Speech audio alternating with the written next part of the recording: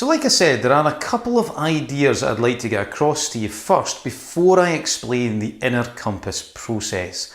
And I would say the main one is something I call the Russian doll effect. Sounds very intriguing, doesn't it? So let me explain. So the Russian doll effect is the idea that everything in life works in systems. It might seem like certain things are isolated and they just have their own agendas, they have their own outcomes and goals, which of course they do, but generally everything fits into some kind of greater process of some description that works like Russian dolls. You know, those dolls within a doll, within a doll, within a doll? This is also what we call a nested structure too. So just to give you a couple of examples, just so that this is clear inside your mind, then I'm going to link it to the inner compass technique. You could take something as basic as a cell. We obviously have billions of cells inside ourselves right now, and they have their own individual jobs, but they're not just working for themselves. They're working as part of a greater system. And of course, cells or a complex of cells make up a body. But of course, a body doesn't just do its own thing, it makes up a person.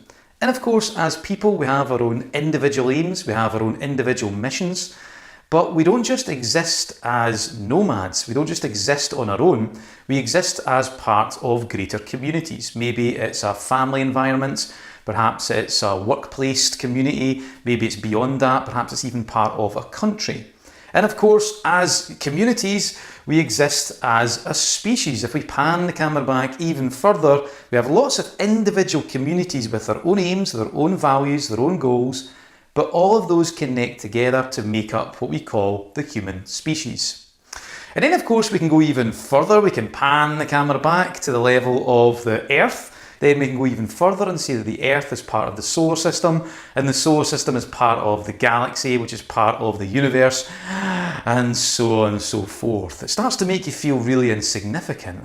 But anyway, so the idea I want to get across here, the main point I'm attempting to make, is that even though things seem to work in isolation, when you look a bit closer, or actually when you pan the camera back, you can realise that they are all part of some greater and much more important system. To give you another example, this is more of a work-based example. There are obviously individuals that work in any organisation. But these individuals, even though they have their own aims, their own goals, they will be part of a team. And the team will have their own purposes, their own aims. Then of course the team will be part of the organisation as a whole. And the organisation is not just there for the sake of it, it's there to fulfill some kind of mission, some kind of greater purpose that fulfills some kind of human-based need. So again, this works in systems. It works like Russian dolls, it's a nested structure. So why is this important when it comes to goals, intentions, outcomes, directions, and why is it important when it comes to the inner compass process? Well, let me explain. Like I said, everything works as being part of a greater system. So your goals and intentions and your outcomes are no different. Every goal that we have, it often seems like they are just in isolation, but they are part of some kind of greater process, some kind of greater system.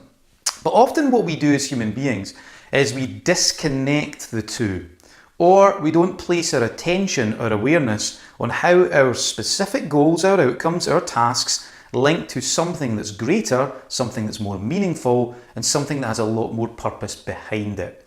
And when you join the dots between your specific goals and your outcomes and the greater purposes that they belong to, all of a sudden you get this lovely sense of alignment. Because no longer are you just doing stuff. You don't just know what you're doing, but you know why you're doing it. So this is a way to almost like connect your outcomes with your deep unconscious whys. When you're not connecting your goals and outcomes to your deep unconscious whys, then generally we don't have the desire, or we are fragmented in some kind of way. We are consciously going in one direction, but our unconscious is going off in a completely different one. But when we start to connect the dots, all of a sudden, conscious and unconscious come together and you can really move forward with purpose. So let me give you a specific example of how this works with goals and outcomes. So say your outcome was that you wanted to go to the gym and get a six-pack. Now, I know that's one of the most superficial goals that you can possibly imagine, but I'm just going to show you how you can actually make that goal much more meaningful and really connect it with your unconscious whys. By the way, that's not a goal that I would ever have. I don't think it's particularly healthy to have a six-pack, but there you go, that's just my opinion.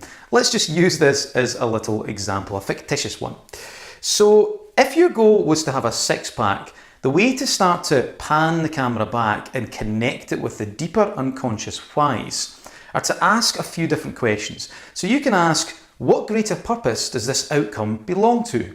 Or you can ask, go to the gym to get a six-pack in order to do what? Or you can even ask, what will going to the gym and getting a six-pack give you emotionally that's so much more important to you? Now, don't worry if you don't get all of these questions, because I am going to list a few later on in a future video, just so that this is crystal clear inside your mind. But for the purposes of this example, it could go lots of different ways. You could say, well, what greater purpose does this belong to? And it could be about building self-esteem, or it could be about being more confident, about feeling happier inside yourself, which could then lead to you feeling psychologically healthier, which could then of course lead to you being more fulfilled. And I'm sure you're beginning to notice that as you start to go up, as you connect the dots with these deeper unconscious whys, you're actually starting to get to some much higher level and much more greater and much more important purposes of an individual, of a human being. Fulfillment is surely much more important than getting a six-pack, but it's all connected in some way, certainly in this example.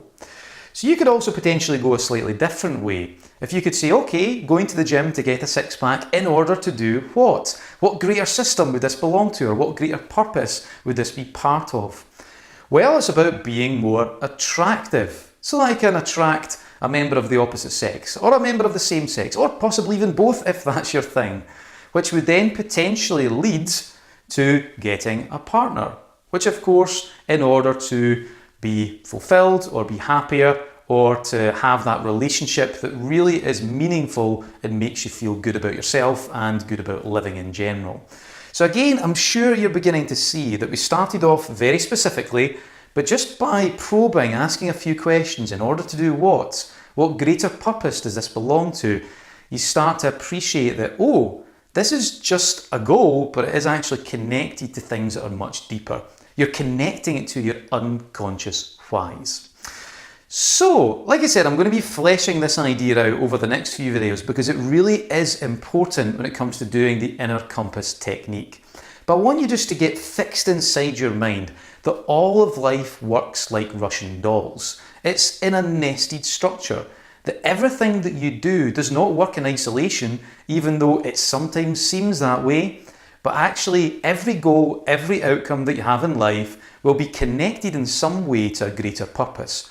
But often what we tend to do is we don't notice those connections, or we almost like focus so much on the specific outcome that we don't even realize the connection even exists.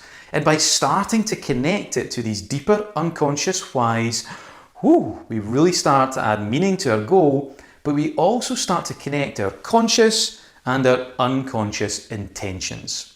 So in the next video, I want to just take this idea a little bit further, and I want to talk about the difference between an outcome and an intention, because it's really important moving forward. So head over to the next video and I'll see you for that soon.